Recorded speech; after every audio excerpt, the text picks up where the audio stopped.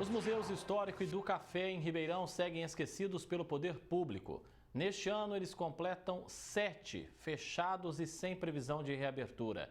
A sensação de quem frequenta o local é de que o complexo nunca mais vai ser reativado. O Daniel trabalhou 15 anos como diretor dos museus. Durante todo esse tempo, ele presenciou a estrutura se deteriorar dia após dia. Mesmo assim, cuidava com todo o carinho do acervo e dos projetos do local. O espaço foi palco por 26 anos do tradicional chorinho aos domingos. Isso sem contar os 4 ônibus com alunos que estacionavam todos os dias para conhecer a história de Ribeirão. O museu estava totalmente cheio de cupins, né, e goteiras, foi apodrecendo, estragando muita coisa, o piso, as telhas, o forro. E eu várias vezes pedi, mandava ofícios para restaurar aquilo, reformar, não acontecia nada. Então foi muito difícil, foi muito triste ver aquele museu entrando em decadência, né? E realmente eu não podia mais receber ninguém. Até que chegou o ponto em que caiu uma sala toda do museu, eu tive que fechar o museu, não teve jeito. O forro de uma das salas caiu no dia 5 de março de 2016. Naquela época, o diretor já esperava por uma reforma há 8 anos. Só que, diferentemente disso, a unidade fechou e nunca mais abriu. Foi o 4º museu mais visitado do estado de São Paulo em números, durante o período que eu estive lá. Então, é um grande museu, conta a história da cidade, é um museu importante. O museu fechado empobrece a cultura de Ribeirão Preto, né? Que já vem empobrecendo há muito tempo. Eu acho que Ribeirão Preto, que já teve grande destaque aí, né? É capital da cultura, capital do café, capital de várias coisas. Hoje, eu diria, honestamente, de coração, Ribeirão Preto hoje não passa da capital do descaso. Lamentável que cada vez vai deteriorando mais. Um prédio histórico desse, sem manutenção, abandonado, com chuva, com goteira, vai deteriorando cada vez mais, fica pior. E uma reforma, depois de um ano, é um preço, depois de 7 anos é outro. Em 2017, a Justiça determinou que a Prefeitura iniciasse a restauração dos museus em até 90 dias, sob pena de multa diária de R$1.000. A administração recorreu. No ano passado, a Secretaria de Cultura informou ao Jornal da Clube que o projeto de reforma já tinha sido concluído, mas que ainda aguardava a captação de recursos para dar início à licitação das obras. Até hoje, nada disso saiu do papel. E cada vez menos nós temos assim, pontos turísticos. Estão acabando, principalmente os históricos, né? Então, todo caindo aos pedaços. Esse museu, a própria prefeitura, lá, o Palácio Rio Branco, está caindo aos pedaços. O Lar Santana está abandonado. Então, se for fazer uma lista aqui, a gente não acaba. Esses aparelhos públicos deixam de funcionar e prestar o serviço que eles prestam para a cidade. Então, as escolas costumavam levar os alunos para fazer visita e, com isso, estimular a percepção de historicidade nesses alunos, que o tempo passa, né? E quem é pesquisador da área de história, por exemplo, deixa de ter acesso ao material de pesquisa para escrever, para avançar com a ciência. O resultado disso, em um longo prazo, tem mostrado que a cidade não se preocupa muito com o patrimônio, com a história, com a cultura da cidade. Para o historiador, esse equipamento representa a identidade do município e da própria população. Ele traduz de onde viemos para nos tornarmos quem somos hoje. E na situação que está, demonstra o descaso. 7 anos de espera indica para a gente o que as desculpas acabaram. 7 anos de espera significa que o poder público lavou as mãos e não se preocupa. Troca governo, não importa. Ninguém liga mais para aquilo. Da forma como está, a gente não sabe nem se aquilo está em condição de preservar o que está lá dentro. Então, quem é da área da cultura, do patrimônio, da história, fica aflito, esperando o pior, né? Talvez já tenhamos passado do ponto em que não dá mais para restaurar nada. E isso deixa todo mundo agoniado. Alice Carvalho para o Jornal da Clube.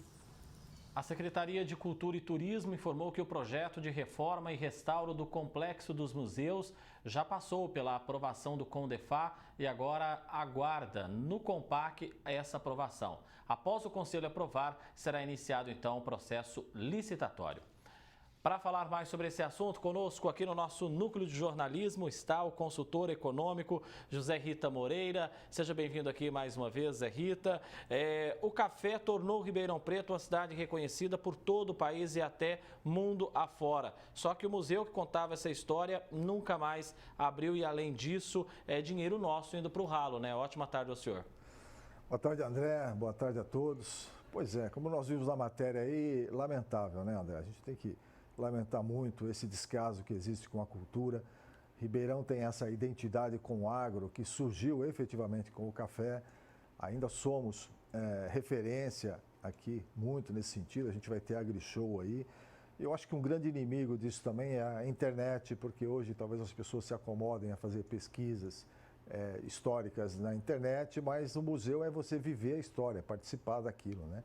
E isso sim, eu acho que permitir principalmente que as crianças possam visitar, viver a história, isso atrai desenvolvimento, atrai crescimento cultural e também o lado da economia agradece bastante, viu, André? Zé, não só os museus, mas outros espaços históricos aqui de Ribeirão estão abandonados. A pergunta que eu faço para você é por que esses locais não são explorados para movimentar a economia da nossa cidade? Pois é que não é prioridade no meu entendimento, né? Eu acho que, infelizmente, os governos não têm priorizado como deveria ser feito a área da cultura, que é parte da nossa história, como eu disse. Então, na hora se o recurso é pouco, ao invés de priorizar uma coisa, se prioriza outra, em detrimento desses aspectos culturais. Agora, também faltou, talvez, a iniciativa de procurar uma parceria público-privada para fazer a restauração e garantir que a iniciativa privada estivesse presente ali também, porque aí sim a coisa seria diferente, aí a preservação seria diferente, a manutenção, novos serviços, novos atrativos, e aí sim poderia incrementar de uma forma definitiva, porque se ficar apenas refém do serviço público, infelizmente não é uma prioridade e isso vai ficar sempre em segundo plano, André. Na sua análise, Zé Rita, a cidade tem condições de se tornar aí um potencial turístico de toda a macro-região? Ribeirão Preto já é forte no turismo de negócios, né? Muitas pessoas vêm para cá para fazer negócio, a região também, e pessoas que vêm de fora e procuram Ribeirão Preto para fazer o centro de eventos aqui, para poder fazer efetivamente negócios. Então, a gente já atrai muita gente nesse turismo de negócios. Podemos sim avançar isso para um turismo de passeio. Nós temos muitos atrativos aqui na região e os museus entrariam realmente como a cereja do bolo nisso tudo aí, porque eles permitiriam aí sim as pessoas resgatarem, né, a memória, como surgiu, como é que isso funcionava lá atrás, como é que era possível produzir com esse tipo de equipamento, quem foram as grandes figuras aqui da região. Enfim, tem muita coisa que pode ser feito para atrair público, para desenvolver a economia e ser um braço importante nessa alavancagem, viu, André? Mas, infelizmente, não é isso que se vê. Como nós vimos aí na reportagem da Alice Carvalho, a situação estrutural do imóvel já era precária antes mesmo desse complexo ser fechado. Reforço mais uma vez que isso demonstra a falta de interesse do setor público.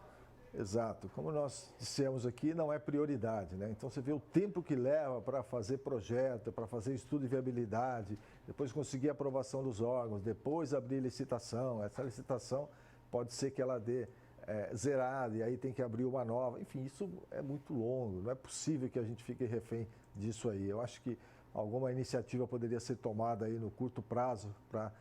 no estágio que está, o estágio de deteriorização já é muito grande, já tenho dúvida se a gente vai conseguir recuperar como era antes, mas ainda assim é um pecado realmente deixar aquilo lá. Para a cidade, a gente está perdendo a memória, a gente está se desintegrando em termos de memória cultural aqui da cidade com isso. Então, sim, precisaria ter uma força-tarefa mais efetiva para poder trazer resultados, garantir o desenvolvimento e aí sim contribuir para o desenvolvimento, viu, André? A questão é, recuperar todo esse complexo pode custar muito mais caro no fim das contas do que ter feito a manutenção adequada. Perfeito, tua análise está perfeita, exatamente isso. Enquanto está em início de deteriorização, é possível com menos dinheiro você recuperar o que foi feito. Agora, se nada for feito, cada vez mais vai se deteriorando, chega um ponto que pode ser irreversível, né, na minha opinião. Então, sim, é um pecado. Eu acho que mesmo no estágio atual, poderia ter uma decisão mais incisiva, mais pronta para poder tentar mexer, pelo menos garantir que que não deteriore ainda mais até que cheguem os recursos e assim se faça a recuperação, André. Infelizmente, hoje é parte da história de Ribeirão se perdendo. José Rita Moreira, consultor econômico, agradeço mais uma vez a presença do senhor aqui no Jornal da Clube, sempre muito gentil. Um grande abraço e até a próxima. Muito obrigado, André. Forte abraço.